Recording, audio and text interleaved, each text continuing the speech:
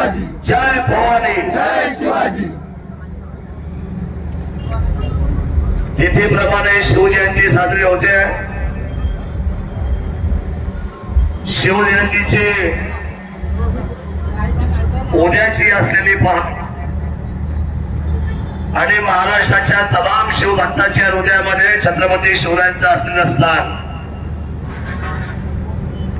मला खूप अभिमानाने सांगावं लागेल की महाराष्ट्राच्या मुंबई सहित संयुक्त महाराष्ट्राची जेव्हा निर्मिती झाली त्यावेळेला महाराष्ट्राच्या मुख्यमंत्री पदावर आदरणीय यशवंतराव चव्हाण साहेब मुख्यमंत्री झाले आणि 1 मे 1960 ला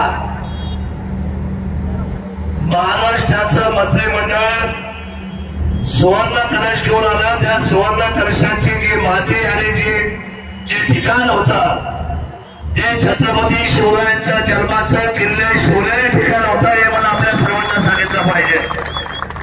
ती ही भूमी आहे की या भूमीला महाराष्ट्र शासनाने 19 फेब्रुवारीच्या दिवसाला अख्ख्या जगाला ओळख देण्यासाठी शिवजयंतीची अधोरेखित भूमिका साता समुद्राच्या पलीकडे नेणे आणि 19 फेब्रुवारीला एक शिवजयंती मोठ्या थाटामध्ये साजरी होते आणि तदनंतर आताची ही तिथीप्रमाणे शिवजयंती साजरी होते।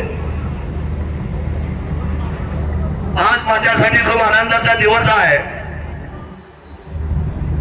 गेले महिनाभर एक गोष्ट या राज्यामध्ये या महाराष्ट्राच्या कानाकोपऱ्यामध्ये शिव जन्मभूमीमध्ये एक गोष्ट मात्र सातत्याने सर्वांच्या स्क्रीनवर होती। अनेकांनी अनुमान लावले आताच्या राजकीय परिस्थितीचे। मी म्हटलं की तुतारी वाजणार आहे पण तुतारी ही वाजणार आहे ती छत्रपती शिवरायांची शिवकालीन तुतारी वाजणार आहे। माझ्या राजाचं सगळ्यात मोठं शिल्प या जगामध्ये जे उभं राहते गोंधळे या ठिकाणी त्या शिल्पाची उंची जमिनीपासून 411 फुटाची आहे आणि त्या शिल्पाला ज्या वेळेला आपण सर्वांच्या समोर आणण्याचा प्रयत्न केला तो कालपर्यंत आपल्या सगळ्या कागदावरती शिल्प होता पण माझ्या उजव्या बाजूला जे उद्या साकारणार आहे जे आपलं स्वप्न आहे जे शिल्प गोंधळ्यामध्ये उभं झालेलं त्याचं काम चालू झालंय तिथे कामाची सुरुवात झाली आहे। या शिल्पाला सुद्धा वसई विरार या ठिकाणी आपल्या शिल्पकारांनी कामाला सुरुवात केली। त्याचा एक डेमो त्याचं एक प्रेझेंटेशन इथं आलंय। हे शिल्प जवळजवळ 11 फुटाचं आहे आताचं आणि हे आपल्या सर्वांच्या समोर हे शिल्प आता आपण दाखवणार आहोत। हे हुबेहूब शिल्प 111 फुटाचं लॅमिनेशन केलं जाणार आहे। या शिल्पामध्ये 1 किलो सोनं, 1 किलो चांदी, तांबा, पितळ आणि ब्रास अशा पंचधातूचा 1000 वर्ष टिकणारा शिल्प छत्रपती शिवरायांचं उभं राहत आहे। मी आपल्याला आश्वासित केलं होतं सर्वांना 1 वर्षाच्या वरती आम्ही जाणार नाही।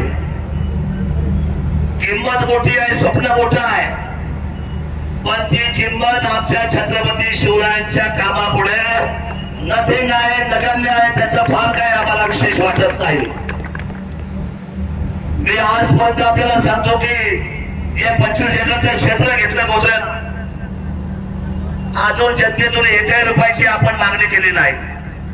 कोणी सांगावं की आम्ही 1 रुपया मागायला कुणाच्या आजपर्यंत घरापर्यंत आलो, दर्जापर्यंत आलो, दुकानापर्यंत आलो परंतु आता हे शिल्प उभं राहत आहे। 25 एकर जमीन घेतली ती नावावर झाली।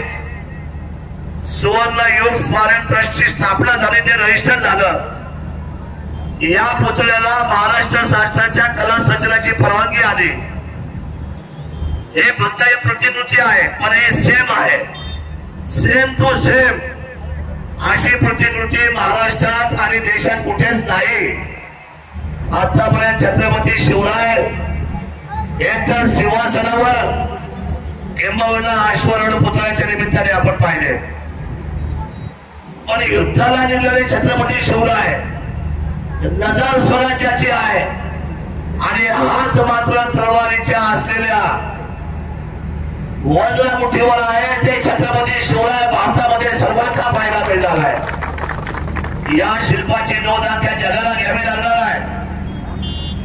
जगाचा राजा शिवराय माझा, जगावर राज्य केलं छत्रपती शिवरायांनी.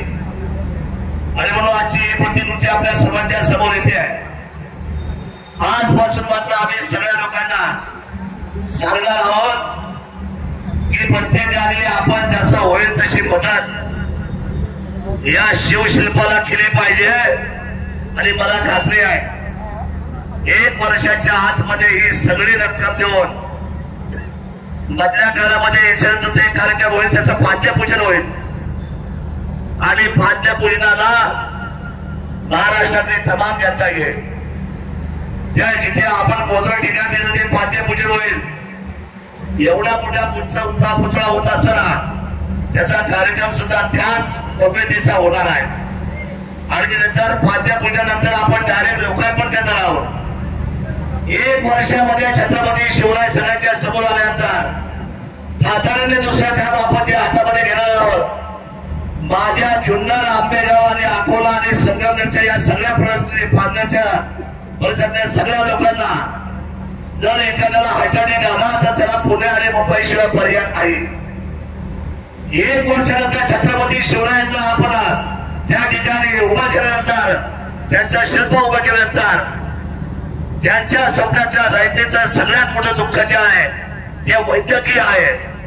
आणि मी आपल्याला सांगतो, जेवढे काही मोठे हार्टचे ऑपरेशन असेल, ब्रेनचे ऑपरेशन असेल, किडनी ट्रान्सप्लांट असेल, ही सगळे मोठे असलेले ऑपरेशन मुंबई पुण्याला न होता इथे जे हॉस्पिटल आपण तयार करतोय त्यामध्ये आपल्याला मात्र सेवा द्यायचं काम छत्रपती शिवरायांच्या या भूमीतून उभं राहणार आहे. 4-5 जागा पाहिल्यात आपण. 1 वर्षानंतर हे काम पूर्ण झाल्यानंतर पहिल्यांदा हॉस्पिटलची उभारणी होईल. हॉस्पिटल सुद्धा ट्रस्टच्या माध्यमातून होईल आणि आपल्या सर्वांची सेवा केली जाईल. आणि हॉस्पिटल पूर्ण करून जेव्हा लोकार्पण होईल त्यानंतर तिथून पुढच्या 3 वर्षामध्ये या 25 एकर मध्ये आपल्या सर्वांचा दैवत छत्रपती शिवरायांचं सुवर्ण मंदिर जगामध्ये कुठे नाही ते सुवर्ण मंदिर सिंहासनधारी छत्रपती शिवरायांचं सुवर्ण मंदिर या ठिकाणी स्थापन केलं जाईल. आज आपण हे ज्या वेळेला हे अनावरण करू, आज इथं आरती होणार आहे. पण आजची आरतीची सुरुवात झाली ती थांबणार नाही. आता आज आरती झाल्यानंतर 19 फेब्रुवारी 1630 ला छत्रपती शिवरायांचा जन्म झाला. मी सर्व असलेल्या वैदिक मंडळींनी त्यावेळेच्या तिथीचा वार काढला. शिवरायांच्या तिथीचा वार होता मंगळवार. आणि मंगळवारच्या दिवशी सायंकाळी 7 वाजता जोपर्यंत तिथं सुवर्ण मंदिर तयार होत नाही, मला सांगायचे आपल्या सर्वांना, मीडियाच्या समोर मी सांगतो जाहीरपणे, दर मंगळवारी ह्या चौकात न सांगता न बोलता हजारोच्या संख्येने सायंकाळी 7 वाजता छत्रपती शिवरायांची आरती कायम केली जाईल हे मला आपल्या सर्वांना सांगितलं पाहिजे. सुरुवात इथून आहे, जन्म इथून आहे. आपल्या सर्वांची आता जबाबदारी वाढलेली आहे. माझं आयुष्य शिवमय झालंय. मला छत्रपती शिवरायांशिवाय काही सुचत नाही, काही समजत नाही. या तालुक्याला पर्यटन केलं, या तालुक्याला अष्टविनायकाचा दर्जा आला, या तालुक्याला बेल्ला जेजुरी रस्ता आला, या पर्यटन वाढीच्या नंतर आपली बिबट सफारी आली आहे. एवढी आचारसंहिता संपल्यानंतर आपण ओतूरच्या आंबेगावडीचं बिबट सफारीचं काम चालू करतोय. त्याला सर्व पैशाने ते 10 महिन्याच्या आतमध्ये काम पूर्ण करतोय हे मला आपल्या सर्वांना सांगितलं पाहिजे. खूप स्वप्न आहे. अजून एक गोष्ट आहे, ते म्हणतात दादा तुम्ही नुसतं आम्हाला स्वप्न दाखवतात. जी स्वप्न दाखवतो ती पूर्ण करण्यासाठी दाखवली जातात. पत्रकारिता मी तुम्हाला आवर्जून सांगतो, उद्याच्या मे महिन्यामध्ये या जागेमध्ये एक अशी गोष्ट मी करणार आहे की कमीत कमी इथे पर्यटकांची वाढ तर होणारच आहे, पण जुन्नर तालुक्याच्या आणि जुन्नर शहरामध्ये वैभवामध्ये भर पडणार आहे. तो एक मोठी असलेली गोष्ट मी उद्याच्या मे महिन्यामध्ये या मध्ये साकारणार आहे, पण मी आज सांगणार नाही. मे महिन्याची वाट पाहावी लागेल. आज काय मार्च होऊन जाऊ द्या. रामदास शर्मा आहे एप्रिल फुलं होऊन जाऊ द्या. नंतर आहे मेच्या अखेरवी, मेच्या सध्या शेवटी इथे एवढा जबरदस्त रोजगार पत्राच्या निमित्ताने आम्ही साकारणार आहोत. ही सगळी माझ्या डोक्यातली सुंदर कल्पना आहे, जे मी अनेक पर्यटन स्थळ पाहतो. सहज आपल्याला करू शकता येते, पण आपण ती केलेली नाही, कुणाच्या मनामध्ये येत नाही. निश्चितपणे तो एक संकल्प मी आज सोडतोय. आता हे अनावरण होईल, शिल्प आपण पाहावं. या शिल्पाचा मॅसेज अख्ख्या राज्यात जाईल, देशात जाईल, कारण हे आपल्याला 1 वर्षाच्या आतमध्ये बसवायचं आहे. आता आरती होईल. आज ते शिवजयंतीच्या मुहूर्तावर आजचं शिल्प आपल्या समोर ठेवल्यानंतर उद्याची शिवजयंती, उद्या संध्याकाळी ते शिल्प राहील.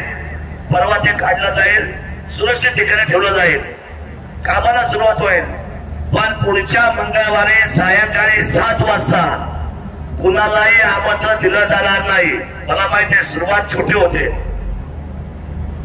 पुढच्या मंगळवारी पहिल्यांदा माझ्या माहितीमध्ये 100-200 माणसं जमतील, पण तो दिवस लांब नाही. इथून तर त्या शेवटच्या असलेल्या प्रवेशद्वारापर्यंत छत्रपती शिवरायांना आरतीचा मान हा सन्मानपूर्वक देण्यासाठी उभा महाराष्ट्राचा समाज या ठिकाणी उभा राहील. आपल्याला हे केलं पाहिजे, ही आपली नैतिक जबाबदारी आहे. मी या सुवर्ण ट्रस्टच्या माध्यमातून जेवढी संचालक मंडळी आहे, मी त्यांचे मनापासून आभार व्यक्त करतो. तुमच्या सर्वांचा धाडस आहे, तुम्ही कष्ट केले.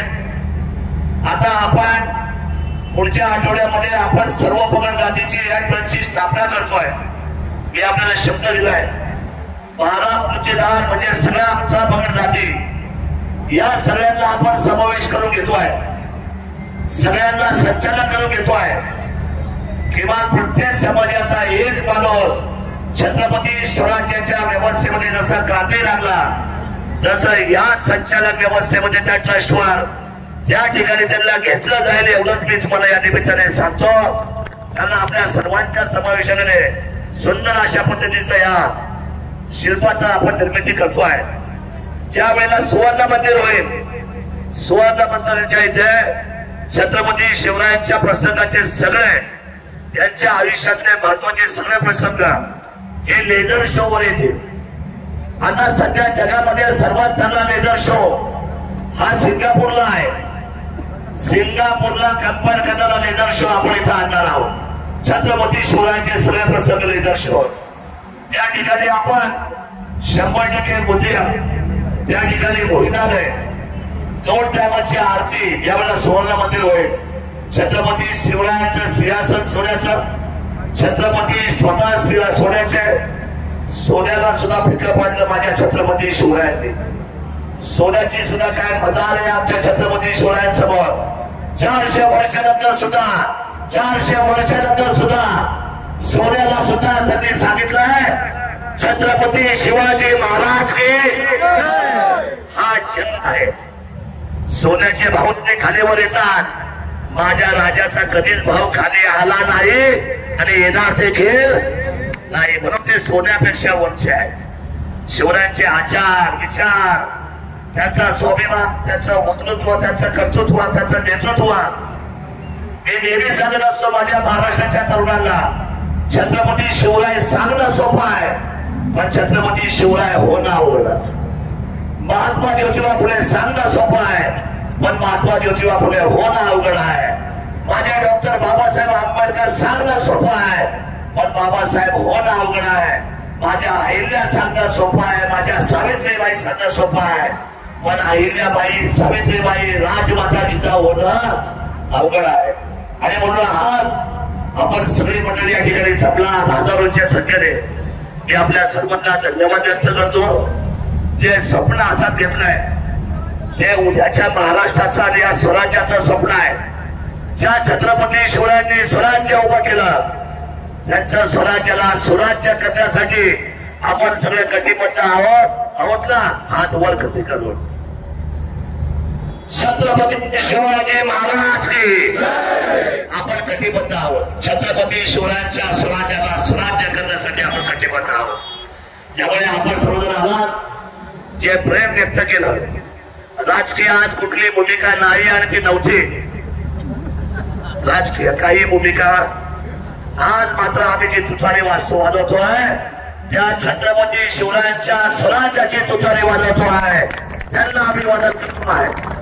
निश्चितपणे त्यांच्या विचारांचा जोगवा आणि त्यांच्या विचारांची कर्तव्याची बाजू आम्ही घेऊन सातत्याने समाजामध्ये जाऊ एवढा विश्वास व्यक्त करतो. मी आपल्याला विनंती करतो की मी आता माझे शब्द संपल्यानंतर या पुतळ्याचा या शिल्पाचं अनावरण व्हावा. हा आता 12 फुटाचा आहे, हा 111 फुटाचा होणार आहे आणि तो पण 1000 वर्ष टिकेल असा पुतळा आपला होत आहे. आपल्याला सर्वांना धन्यवाद देतो आणि माझ्या शब्दाला विराम देतो. जय हिंद, जय महाराष्ट्र, जय शिवराय. याच्या